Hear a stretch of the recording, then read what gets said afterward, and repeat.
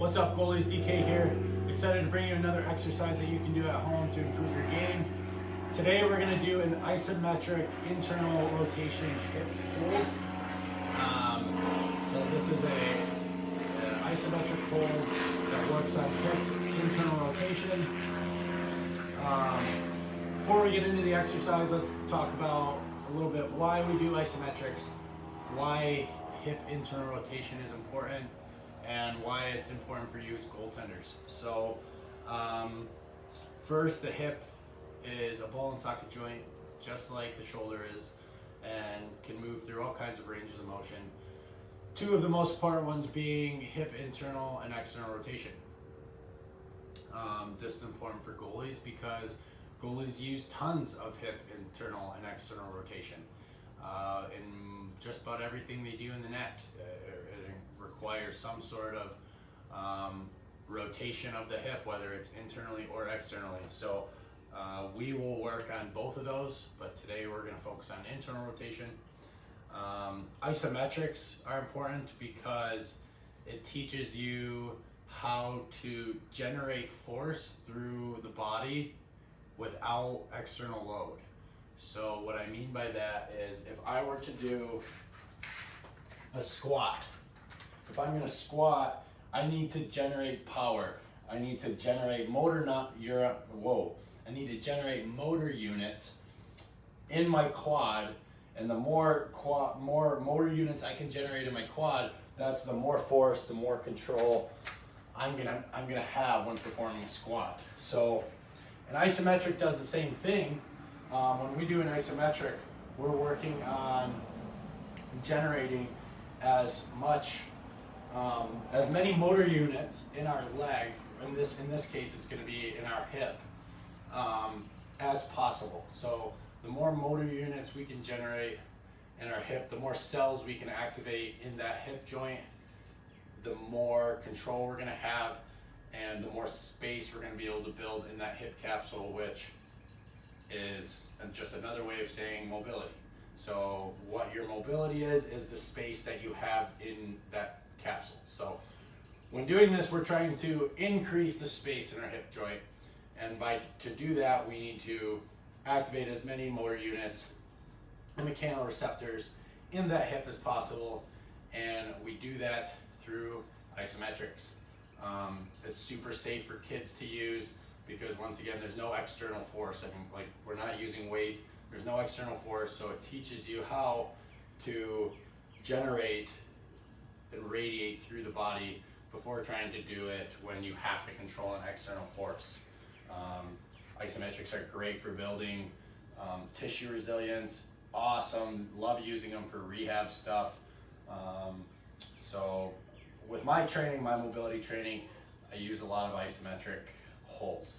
We can use these in all kinds of ways, whether it's for rehab, and you're someone who needs to, improve a hip, or I need to help build you a hip, or we can use them as strength training. No differently than if I were to put you in the gym and tell you to do a 5x5 max squat. I can get the same sort of feedback from you, or the same sort of what's the word I'm looking for? The same sort of power output, I guess you could say, from you by using an isometric load. I would just change the amount of tension that I put you under. So that being said, hip internal external rotation is super important for goalies because we're always using it. Isometrics are a great, safe way to help build space and improve our areas of movement and controlled functional mobility in those areas, which is going to allow us to move more freely and fluidly through those areas in the net. So let's get started. First, we're going to hop into our 90-90 position. So when we're here, we want two perfect 90-degree angles. So my front leg is in a straight line, knee to hip is in a straight line here, and my knee to ankle is also in a straight line. Same thing on that back leg. We got a straight line here, straight line here. That's how we know we're good. So from here, I'm just gonna take my right arm and bring it back behind me, and I'm gonna rotate towards that back leg, over top of that back leg, because this is the leg that is in internal rotation right now. This is an internal rotation, this is externally rotated. Excuse me. So we're gonna rotate over that back leg, and we're gonna sit here for 2 minutes, passively. We need to sit in our passive stretches for at least 2 minutes, because it takes right around 2 minutes for our cells, our mechanoreceptors, motor units, whatever, to turn on and know what's going on. So if I'm a cell in your body, it takes around 2 minutes for my central nervous system to get to me and wake me up, essentially. So, you know, it takes around 2 minutes for me to wake up and be like, oh, okay, I'm needed here. I need to activate. This is what I have to do. So that's why we hold our stretches for at least 2 minutes. But for the sake of the video, we're just going to pretend that I've been holding this internal rotation passive hold for 2 minutes. From here, I'm going to pretend as if I slid a scale underneath your leg here. So now there's a scale underneath my leg, and it counts up in percentages. So right now it's at 0, and I'm going to try and get that scale up to 20% of my maximum effort. So I'm going to start by driving tension into the floor, driving my knee into the floor, driving my ankle and foot into the floor, trying to push my leg through the ground.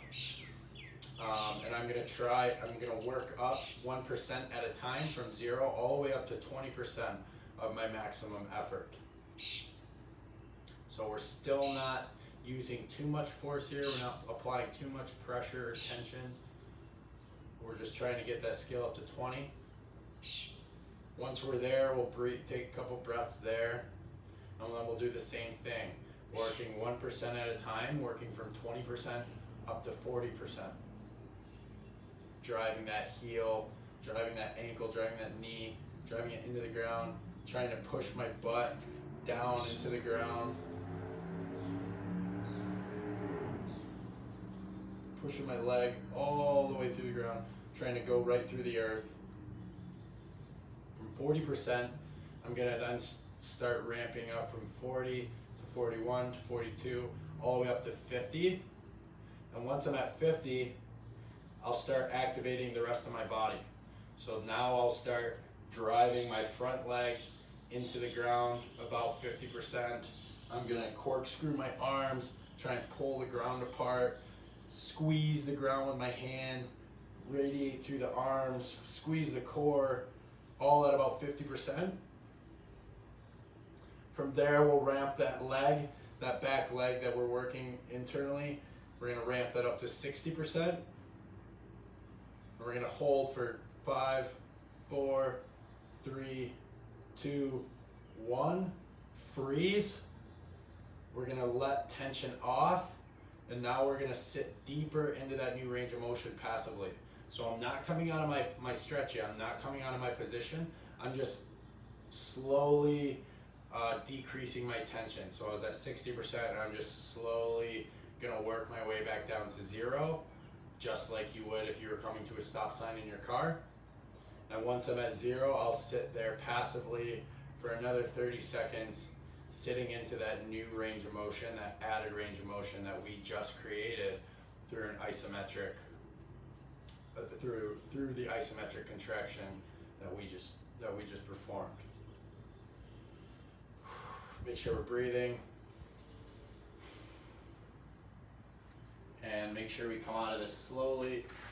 Rock towards the front leg, bring the back leg up, and then you can sit up, shake it out, and perform on the other side. That was 1 rep. That was 1 full rep. You can go right after you sit passively the second time for 30 seconds or more, whatever you need.